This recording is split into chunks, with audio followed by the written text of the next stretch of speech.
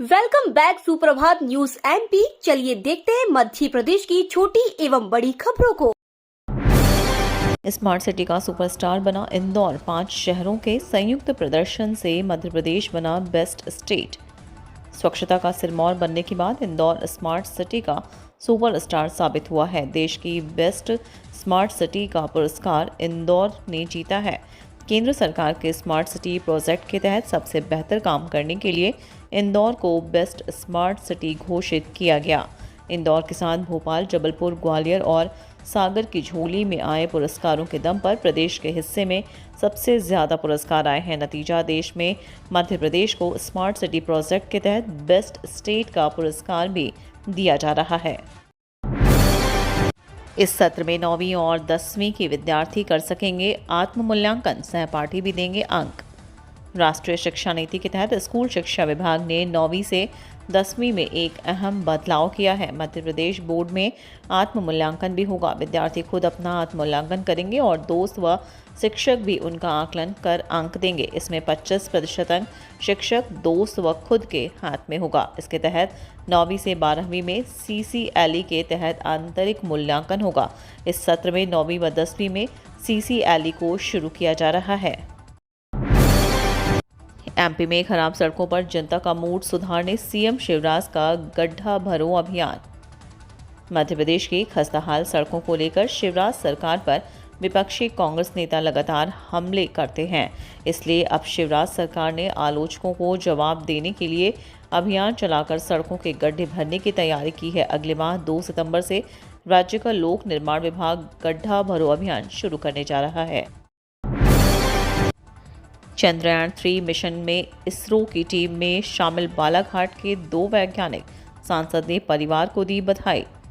चंद्रयान 3 की सफल लैंडिंग के साथ ही भारत ने अंतरिक्ष में अपना परचम लहरा दिया है। इसरो की टीम में बालाघाट जिले के 2 होनहार वैज्ञानिक भी शामिल रहे। इसका पता चलते ही बालाघाट सिवनी लोकसभा सांसद ढाल सिंह बिसेन और अवंती बाई लोधी महासभा समेत अन्य संगठन वैज्ञानिकों के घर पहुंचे और परिवार को मिठाई खिलाकर बधाई दी। पाकिस्तान बॉर्डर पर बंदूक थामे खड़े, हाथों में बंधेगी इंदौर की राखी।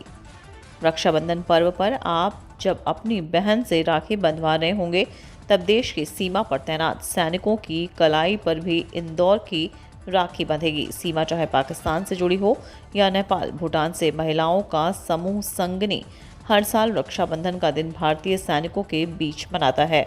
इस बार भी समूह की बहनें जैसलमेर रेंज में भारत पाकिस्तान के बीच स्थित लौंगेवाला सीमा पर पहुंचेंगी और बंदूक थामकर देश की रक्षा करने वाले हाथों में राखी बांधेंगी। उज्जैन में होगा अमेरिका, यूरोप सहित 22 देश के योग साधकों का चौथा United consciousness conclave. America, Europe सहित 22 देशों के आध्यात्मिक गुरु और योग साधक उज्जैन आ रहे हैं। यहाँ सभी कालिदास संस्कृत अकादमी में होने वाले चौथे यूनाइटेड कॉन्शियसनेस कॉन्क्लेव में शामिल होंगे।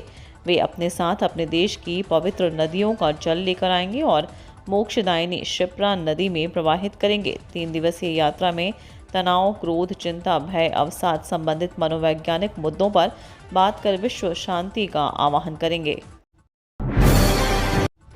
बीजेपी की जन आशीर्वाद यात्रा के लिए 7 रथ तैयार। 22 दिन में 10,000 किलोमीटर का सफर तय करेगी रथ यात्रा। भारतीय जनता पार्टी की जन आशीर्वाद यात्राओं की शुरुआत 2 सितंबर से होने जा रही है।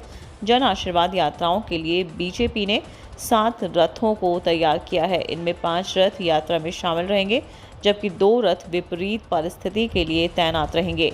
2 सितंबर से 24 सितंबर तक निकलने वाली जन आशीर्वाद यात्राएं 22 दिन में 10,000 किलोमीटर का सफर तय करेंगे। सभी 5 यात्राएं 21 से 24 सितंबर के बीच राजधानी भोपाल पहुंचेगी। सरकार की बड़ी तैयारी, एमपी में लगेगी 1772 सूक्ष्म खाद्य उद्यम इकाइयाँ। इन जिलों को लाभ। केंद्र सरकार ने मध्य प्रदेश को बड़ी सौगात दी है। एमपी में जल्द सूक्ष्म खाद्य उद्यम की 1772 इकाइयाँ लगने वाली हैं। इसके लिए केंद्र सरकार द्वारा प्रधानमंत्री सूक्ष्म खाद्य उद्यम उन्नयन योजना में ऋण स्वीकृत किया जा चुका है। खास बात यह है कि इनमें सबसे ज़्यादा 116 इकाइयाँ ग्वालियर में लगेंगी। दूसरे नंबर पर 100 इकाइयाँ खरगोन में, रीवा में 47, बालाघाट में 23, टीकमगढ़ में 27 और होशंगाबाद में 22 इकाइयाँ लगेंगी। प्रदेश की 2792 अवैध कॉलोनियों को मुख्यमंत्री ने किया वैध। मुख्यमंत्री शिवराज सिंह जबलपुर पहुंचे, जहां रोड शो निकालने के पश्चात सभा स्थल शहीद स्मारक गोल बाजार में सूराज कॉलोनी योजना का शुभारंभ किया। यहां उन्होंने प्रदेश की 2792 अवैध कॉलोनियों को वैध किया। मुख्यमंत्री जबलपुर के कटंगी भी पहुंचे और लाडली बहनाओं को संबोधित किया। प्रदेश की 2792 अवैध कॉलोनियां वैध कर दी गई हैं और इन कॉलोनियों में रहने वाले 30 लाख लोगों के मकानों की अब रजिस्ट्री होगी। मध्य प्रदेश विधानसभा चुनाव के लिए कांग्रेस की कवायद, कांटे से कांटा निकालने की तैयारी। कांग्रेस मध्य प्रदेश विधानसभा चुनाव में अपनी जीत सुनिश्चित करने के लिए कोई कमी नहीं रहने देना चाहती है। पार्टी ने कांटे से कांटा निकालने की रणनीति अपनाई है। पहले प्रदेश में राजनीति के संत कहे जाने वाले पूर्व मुख्यमंत्री स्वर्गीय कैलाश जोशी के पुत्र पूर्व मंत्री दीपक जोशी को कांग्रेस में लिया और फिर दतिया के भाजपा नेता अवधेश नायक, राजू दांगी और सुर्खी के राजकुमार सिंह धनौरा, नीरज शर्मा को सदस्यता दिलाई। चंद्रयान मिशन की सफलता के बाद भारत अब गगनयान मिशन में एस्ट्रोनॉट भेजेगा। चंद्रयान मिशन की सफलता के बाद भारत अब गगनयान मिशन में एस्ट्रोनॉट भेजेगा। इसके पहले 2 परीक्षण किए जाएंगे। पहला परीक्षण सितंबर के अंतिम सप्ताह में होने वाला था, लेकिन अब अक्टूबर के पहले सप्ताह में होगा। इसके बाद दूसरे परीक्षण में महिला रोबोट को भेजेंगे। यह पूरी तरह से इंसान की तरह काम करेगी। दोनों परीक्षण सफल होने के बाद तीसरा मिशन भेजा जाएगा। उसमें 2 या 3 एस्ट्रोनॉट रहेंगे। यह मिशन 2024 में पूरा होगा। लाखों कर्मचारियों और पेंशनर्स के लिए अच्छी खबर, डीए में भारी वृद्धि। कर्मचारियों के महंगाई भत्ते में वृद्धि की गई है। इसके लिए आदेश भी जारी कर दिए गए हैं। 1 जनवरी से उन्हें बढ़े हुए महंगाई भत्ते का लाभ मिलेगा। इसके साथ ही उनके महंगाई भत्ते को 9% की दर से बढ़ाया गया है। अगस्त में इसके लिए आदेश जारी किए गए हैं, जिसका भुगतान अगस्त के वेतन के साथ किया जाएगा। मध्य प्रदेश सरकार द्वारा छठे वेतनमान प्राप्त कर रहे कर्मचारी के महंगाई भत्ते में वृद्धि के आदेश जारी किए गए हैं। भाजपा जल्द घोषित कर सकती है 64 और प्रत्याशी, केंद्रीय नेतृत्व ने तय किए नाम।